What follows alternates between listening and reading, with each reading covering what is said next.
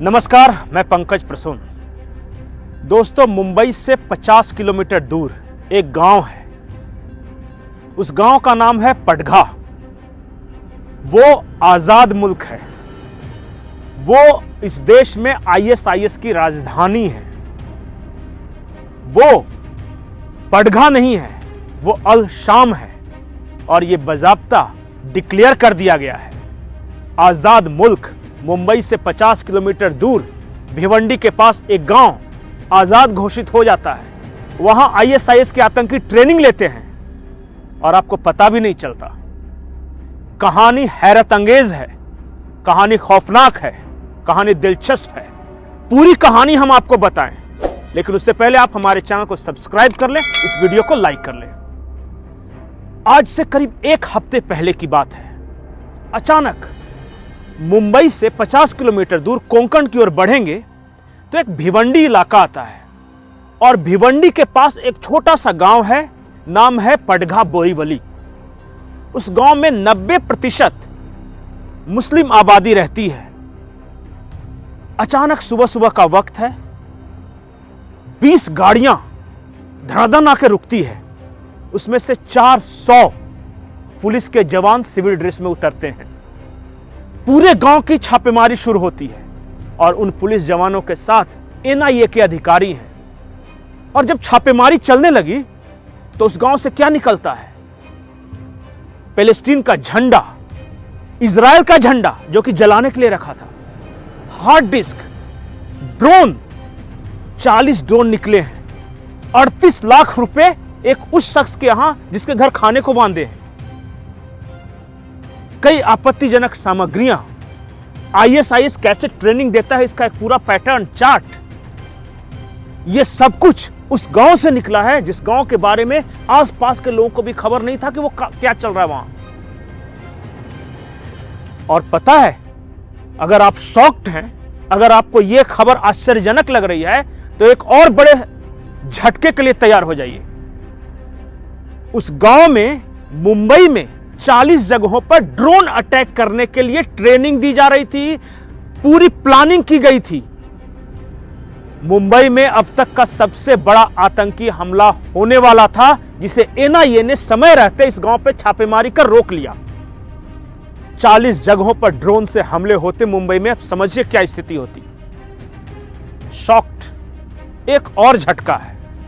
झटका यह है कि इन सब का मास्टरमाइंड या इन सबको आतंक का ट्रेनिंग देने वाला कौन था?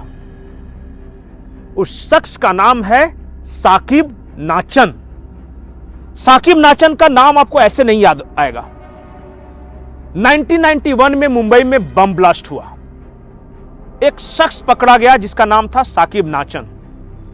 उस शख्स को जेल हुआ, 10 साल की सजा मिली और 1991 से 10 साल यानी 2001 में वो छूटकर बाहर आ जाता है। 2002 में मुंबई में फिर से ट्रेन में ब्लास्ट होते हैं। मुलुंड में ब्लास्ट हुआ था और भी बोरीवली में ब्लास्ट हुआ था। 2002 की बात है। उसका भी मास्टरमाइंड यही साकिब नाचन। इसका मतलब कि जेल से 10 साल की सजा काटने के बाद भी ये आतंकी ही बना रहा और फिर से इसने प्लान किया। फिर से 2002 में ये पकड़ा गया, फिर से इसे सजा मिली 10 साल की। 2017 में ये फिर बाहर आ गया और 2017 में बाहर आने के बाद 2023 के अंत में ये मुंबई में एक बहुत बड़े आतंकी हमले की प्लानिंग कर चुका था। ड्रोन से ट्रेनिंग दी गई थी, 40 जगहों पर हमले की योजना थी। आप सोचिए कि एनआईए अगर नहीं पकड़ता तो क्या हो सकता था। लेकिन सवाल यह है कि यह साकिब नाचन, यह चीज क्या है? साकिब नाचन वो चीज है जिसने इस देश में 10 से 12 लोगों को ब्रेन वॉश कर इराक और सीरिया भेजा ताकि आतंक की वो ट्रेनिंग ले सके। साकिब नाचन वो शख्स है जिसने इस देश में, भारत के अंदर आईएसआईएस का एक्सटेंडेड राजधानी बनाने की साजिश रची। एक गांव को राजधानी बना भी लिया, आतंक की राजधानी। अल शाम उस गांव का नाम रखा। अल शाम के बारे में अरब का यह शब्द है। अल शाम का मतलब यह है कि जो अगर अंग्रेजी में कहें तो लातविया, यानी कि 4-5 देश हैं, वो एग्जैक्ट टर्म नहीं आ रहा है, इल से है। ISIS का पूरा नाम भी पहले ISIL था, जो लास्ट में इल जो शब्द है वो वही शब्द है अल शाम का। इसका मतलब ये होता है कि सीरिया, जॉर्डन, फिलिस्तीन, तुर्की और कतर को मिलाकर हम खलीफा का राज्य बनाएंगे। वो खलीफा राज्य बनाने की कोशिश में था, इसलिए इस गांव का नाम अल शाम रखा था। अल शाम ये गांव रहेगा, खलीफा के अंडर रहेगा, भारत के महाराष्ट्र के कोंकण का एक गांव। ये है अल सचान। लेकिन अब एक बड़ा सवाल है। बड़ा सवाल यह है कि once a terrorist always a terrorist. अगर आप सोचते हैं कि यह खुखार आतंकी 5-10 साल की जेल की सजा काटने के बाद वो शरीफ और साधु बन जाएगा, तो सबसे बड़े धोखे में है। अल सचान का उदाहरण है 1991 बम ब्लास्ट में पकड़ा गया, 2001 में छूट गया, फिर 2002 में बम ब्लास्ट करता है, फिर छूट जाता है 2017 में, फिर मुंबई बम ब्लास्ट की प्लानिंग करता है। सवाल इस देश के कानून और इस देश की न्यायपालिका से भी है कि इतना खूंखार आतंकी बार बार कैसे छूट जा रहा है। आखिर कौन सा वो कायदा है, कौन सा कानून है जिसकी वजह से इतना बड़ी घटना को अंजाम देने के बाद भी सिर्फ 10 साल की सजा होती है। सवाल कई हैं। सवाल डरने का है, क्योंकि अल सचान अकेला नहीं है।